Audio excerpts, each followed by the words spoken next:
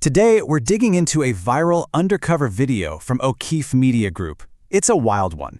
It alleges that a top U.S. official, thinking he was on a private date, revealed some of the nation's most sensitive secrets. So we're going to break down the video's most startling claims and look at exactly what was said. Right off the bat, the video sets this really intimate, almost disarming tone with this quote. It's allegedly from the official to the undercover journalist. Now, O'Keefe Media Group, or OMG, clearly picked this line to suggest from the get-go that this is going to be a very unguarded conversation. So, who are the two people at the center of all this? Let's take a look at how the video actually identifies them. The video IDs this man as Andrew Hug.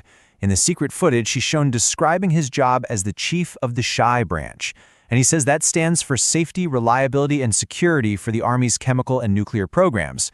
He even claims his job is to make sure there's no psycho people working on the weapons. So the whole premise of the video is this. Hug thinks he's on a date, right? But the woman he's talking to is actually an undercover journalist for OMG. The organization says this is a technique they use to expose what they call corruption by setting up meetings through online dating apps. All right, let's get into the first big bucket of claims in the video.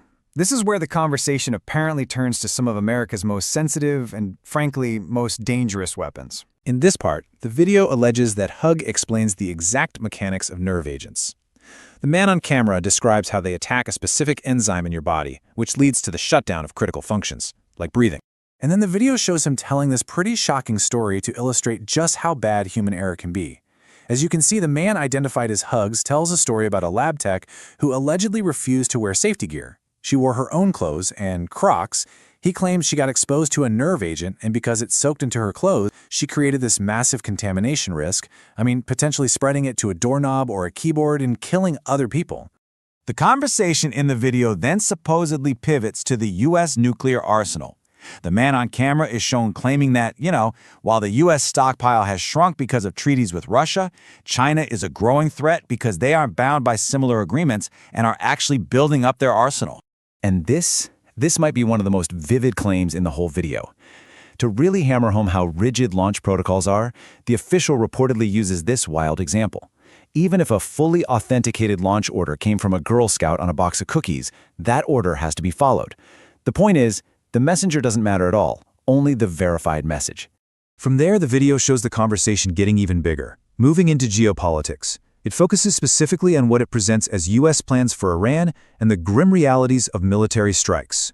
So the undercover journalist just asks him, point blank, is the U.S. planning to use nuclear weapons on Iran?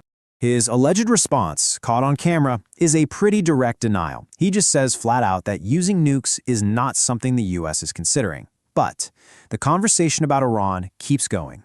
The video then shows him speculating about future U.S. policy. The man identified as Hug is shown suggesting that if the new Ayatollah continues the policies of the old one, a future Trump administration might just take direct action and, quote, kill the next guy. So then the journalist brings up this specific, really tragic event.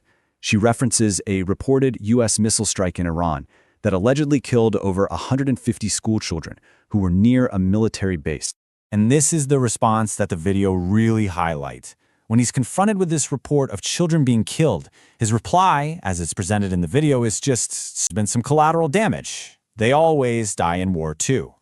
The video then pivots to another really explosive topic, alleged corruption tied to U.S. aid for Ukraine. The official is shown making some very, very specific claims about misconduct that he says he saw with his own eyes. The claims start with the specific number, 10. The man on camera says he personally saw 10 Ukrainian officials steal U.S. aid money, all on a single day. And from there, the claim gets even bigger. According to the footage, each of those 10 officials took this much for themselves, $1 million. And he even gets into how they supposedly spent it, on $100,000 luxury cars like BMWs and Range Rovers, with money he claims came directly from the Obama administration. But maybe the most serious allegation is what he says happened next. The man on camera claims he reported this theft directly to the Obama White House, and their alleged response?